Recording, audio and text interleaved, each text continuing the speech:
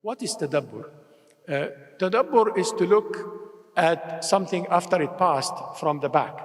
لَوَلَّوْا الْأَدْبَارَ ثُمَّ. The Quran is saying a lot about tadabbur or dubur, is when something passes and then you see it from the back, which means tadabbur is to read the ayah and then you reflect upon it and you look at the impact, at the objective, at the purpose of the ayah.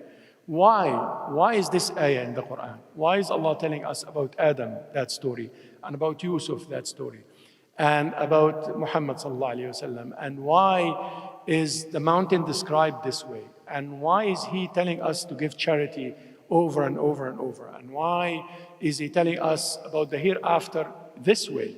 So that we perhaps do something in the dunya differently, so that in the hereafter we have and so forth. So tadabbur is primarily, in my view, to ask about why and to reflect about the wisdoms of what you are reading. And that requires a shift in the logic that we approach the Quran with. Because so far, what is dominant in not just the Muslim but the human logic is the logic of, if you wish, causality, rather than the logic of, I call it philosophy teleology. But in Islam, would be a sabab wal ghaya. A sabab is a cause.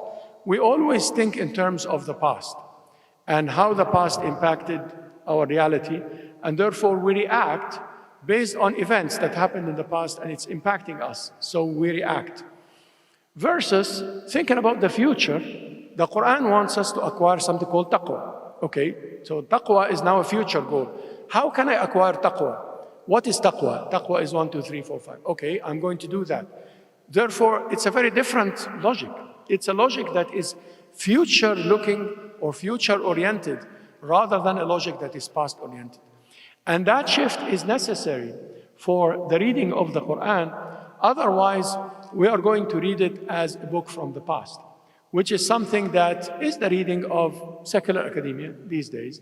The Orientalist school in its new form is looking at Islam as a social phenomenon, rather than Islam as a deen, rather than Islam as a way of life. And therefore, you study Islam as the history of Islam. You go study Islamic law, and you study the Shafi'iyya and Ahnaf and Hanabila. You don't study how to give fatwa today. You don't study this in U of T here, because it is transformed into a history. And the history is true, and we all had to study history in order to become scholars. But the history is not Islam. The history is the history of Islam, and Islam is how the Quran applies for today. The question of why is going to make that shift from being past-oriented to being future-oriented.